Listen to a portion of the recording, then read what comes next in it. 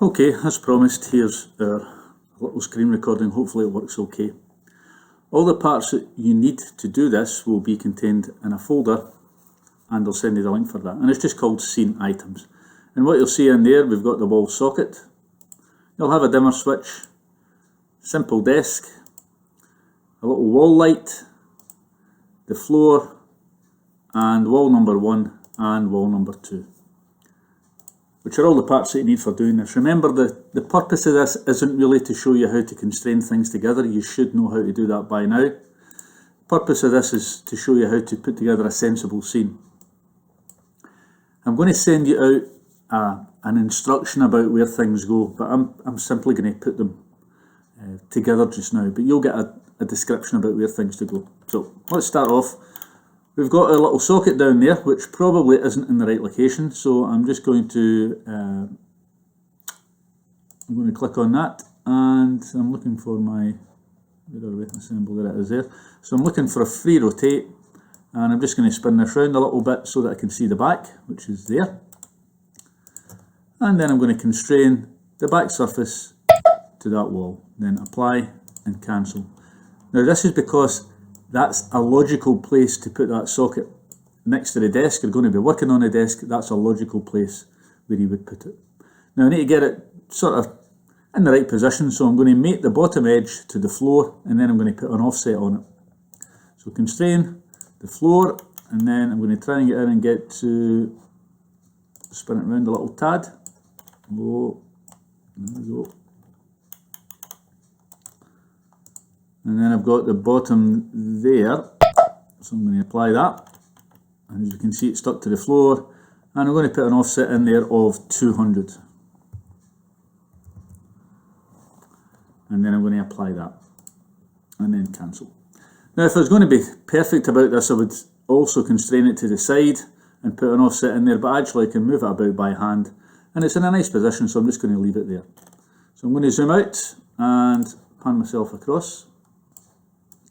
Like I said to you in the Google Meet, this version of Inventor that I'm working on, it's not the one that we have in school, so it's taking a wee bit of time to get used to it. So there's our socket where it should be. And what I'm going to do now, because I've got a light that's going to go in this wall, I'm going to put a dimmer switch on there too. So let's bring in the light. And I'm looking for a wall light. There it is there. And I'm going to open that up and put it in roughly the right position. Press escape, back down again, so I can see it's kind of not where I want it to be. Once again, I'm going to do my free rotate so that I can see, oops, not undo that, free rotate, and then I'm going to click on this so that I can just rotate it round and see the back surface. Then constrain, flat surface to flat surface, apply and cancel. Now what I want is for this here to be facing down the way. So a couple of ways I can do that, but I think the easiest is if I just mate the flat surface over there. So if I bring this round, you can see.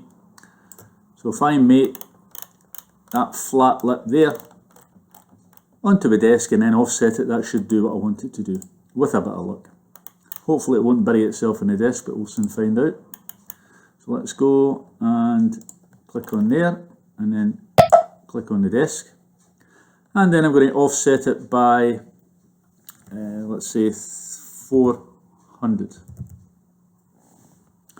and then apply and cancel. Oops.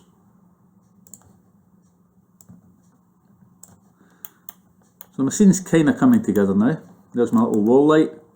If I want to, I can drag it across and it won't spin round, so I'm going to put it there.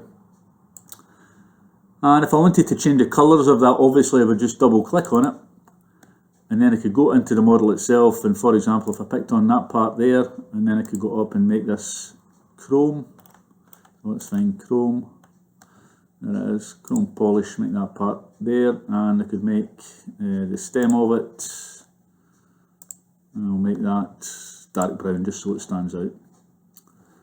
And then hit the save button on that and go back to my assembly, and there's my little lamp. It's sticking out a wee bit better now. I'm going to bring in the dimmer switch next, so place dimmer switch, I'm going to bring that in and click there, press escape.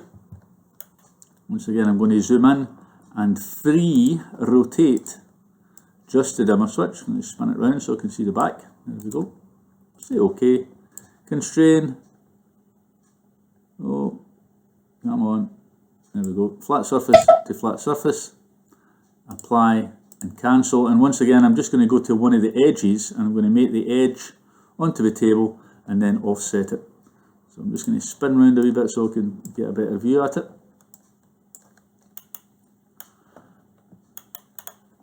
So constrain, flat surface to flat surface, and the offset, I'll make that 200 this time, and apply and cancel. So there's my little switch. I've got my light, I've got a socket down there. What I'm going to ask you to do as part of the assignment is I'm going to ask you to put another socket over in this corner and a dimmer switch over by the door. But hopefully you can get an idea how we're beginning to build that scene up. What else can we do? Well, I guess we could decal something onto one of these walls. Now I could either do it within the assembly, which I am going to do, or I could go back to the wall itself, which is that one there, and I could decal on that. But I'm going to do it in the assembly itself. Just to remind you, double click. The kind of downside of this is I'm not entirely sure what way up the wall is. So I think what I'm going to do is put it on the, I'm going to put it on the window wall, or on the door wall. That's what I'm going to do. I'm going to put it on here so that I know exactly what way up my part is. So if I double click on here, there we go. So I know I'm going on here. Get a plane, take it away from that surface, click the tick, and then I'm going to put a sketch on it. I know I'm going quite fast, but this should all be kind of second nature to you by now. I'm going to click on the image, and I need to find a picture. I'm hoping, there we go, there's a picture there. So I'm going to use that one there. Open. And it's quite a small picture as we see. So I'm going to zoom it up a little bit and put it round to the side. Now because it's a small image it might pixelate a little bit, but we're just doing it to show that we can actually do it. Click the tick on there to finish the sketch, and then go to my decal. Choose the image. So image is that one there, and the face is that one there. Then click OK, and bang, across she goes. Right click, turn off the visibility, and always remember, hit save. Then I'm going to go back to my assembly, and there we can see our image has appeared. Okay, so that's all the kind of setting up part of it, making sure everything's assembled, but that's what we know how to do anyway. What I think I'll do, I might just do an emboss on that desk. I think I'll do that, or a decal on the desk. So I'm going to double click on that and go to plane, pull that up, click the tick, and then put a new sketch on it. And I'm going to insert my image again, and I'm just going to go for the same one, my business card one, and I'll put it on there. Press escape. I'm going to zoom in a little bit and just wiggle it round. Maybe drag it down the table a wee bit so it looks like it's a poster sitting on the top of the desk almost. Finish the sketch, decal, image, face, okay, down it goes. Right click, visibility, and always remember, hit save. Go to my assembly, and then we've got our little image down there. Now the yellow's kind of fading through with the desk, so that was probably a bad choice. Never mind. Right, so we're now at the point where we want to do a high quality render. So first thing we're going to do is zoom out a little bit and get a wide shot. So we're looking for our scene to fill most of the screen. Along at view, remember all the things we have to click. Our visual style, we're going to click to realistic. We're going to go to our orthographic and switch it to perspective. That allows us just to rotate everything round a fraction. There we go, looks a little bit better. And then we're going to look for our lighting. Now remember everything I spoke about this lighting. When we pick one of these, because it's an inside scene, we want to choose one of these which is an inside scene. So I'm going all the way down here, and I think I'll just go to plain room. And it's loading this thing called the IBL, which is the image-based lighting environment. And if I zoom out, somewhere in here, no, maybe there isn't on that one, but somewhere you will see a scene on it. We don't have a scene on here, so we're okay. But remember, the one with the lab had a scene. And we can turn that off, and I'll just show you how to turn it off again. So we would go down to settings at the bottom, and we would untick that box if it had an image in it. And as you can see, the image for this is just a grey box, which we don't really want. Just to show you again, we'll click on the Alps, and what we'd do is we would untick that box so that the Alps doesn't appear in it, but we're staying with plain room. Save and close. Now it looks a wee bit dull just now, but remember we haven't ray traced it yet, so until we ray trace it we won't get a proper idea of what it looks like. Our shadows, we're going to go up here and choose our options, and we'll go for object shadows and ambient shadows. We don't want a ground plane shown in it, and we don't at this point want any reflections. So what I'll do now is hit ray tracing. Ray tracing is enabled, and you can see in front of our eyes everything beginning to become a little bit more real. Once we were happy with it, we would then click save, and we would choose the correct file type. And from these file types, remember that BMP is an uncompressed file format. JPEG and PNG are the compressed or using lossy compression. It doesn't look any different, not that you would notice it to the naked eye, but it takes up less file space. So I'm going to choose JPEG. You find somewhere for it to go and then click save. So that would be number one of our scene. Then turn off ray tracing, because with ray tracing on it takes forever to do anything. And now I'm going to zoom in a little bit closer. Now what I want is to see the desk, I want to see my tea light, and I want to see my chrome switch. So I'm going to zoom in just a fraction more and try and get all of that more or less into the screen. Back up, make sure I've got my shadows and everything on. I haven't altered any of these settings, so I'm fine. Go to ray tracing, and what you can see is a little dimmer switch has now got that chrome effect. Look at the shade on the lamp. It's now gone that shiny chrome, you can see it building it. And if you look at the little tea light, you can see the Christmas tree appearing on the glass shade at the back of it. And if you look at the desk, you can see we've got a shadow here, which is cast from the dimmer. And we've got a shadow here cast from a light going above that. Now there are other ways that we can render this. For our purposes, this would be enough. However, there's another part of Inventor, which is called the Inventor Studio. And if you click in here, it opens up another environment for us, where we can do lots of other things. We can mess about with the camera position. We can again go to the lights and we can change them.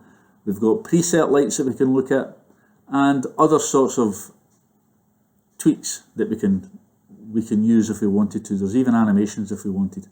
But as far as we're concerned, if you click render, which is a little teapot, and click render, it does pretty much the same thing. Sometimes it takes a little bit longer for it to do it.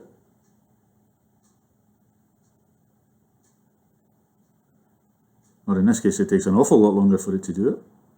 And once this green progress bar gets to the end, we would then click on this little save icon, and that would allow us to save in exactly the same way as we did before. Now you won't notice any difference when you render it this way, or if you render it simply in the View tab. It would really be down to your individual preferences. It takes a little bit longer this way, as you can see, but I think at the end of it you probably get a slightly better output. I'm just going to cancel it just now because we don't really want to be spending too much time on that. So that one, once again, you find that in the Environments tab. And once you're finished with it, you just click that, and that takes us back to our basic Assemble tab. So there's Environments and Inventor Studio. And in here is where we did the stress analysis when we looked at that earlier on in the year. So it's that same kind of tab. But for our purposes, if we stick to the View tab, and in this part here, and we can play about with some of those settings. If you wanted to, you could look at putting textures and things on. Try different rooms, different outdoor lighting, indoor lighting, see what happens from that. But the fundamental result we're looking for is a number of high quality images. And those images will be described to you what you have to focus on, whether it's a desk, whether it's something on the wall, or whether it's a wide out view. The assignment will always tell you the kind of images that we're looking for. Hopefully that's helped. What I'm going to do is put the assignment onto Google Classroom. It probably won't be tonight because it's taken me a long time to get Inventor up and running this afternoon. It's been a little bit clunky. But what I'll do is create the assignment, and tomorrow morning I'll put that onto the stream for us. But just now I'll put this link on. I'll put the link to this video and to the TFI YouTube channel, where there's an excellent teacher on there. Well, he's not a teacher, he works in an engineering environment, but he's really good at teaching you how to do Inventor. Hope you stuck with it. That's about 16 minutes according to the little timer on the side, so hopefully it's actually recorded. And I'll be in contact soon. Remember, you can always email if you need help with anything.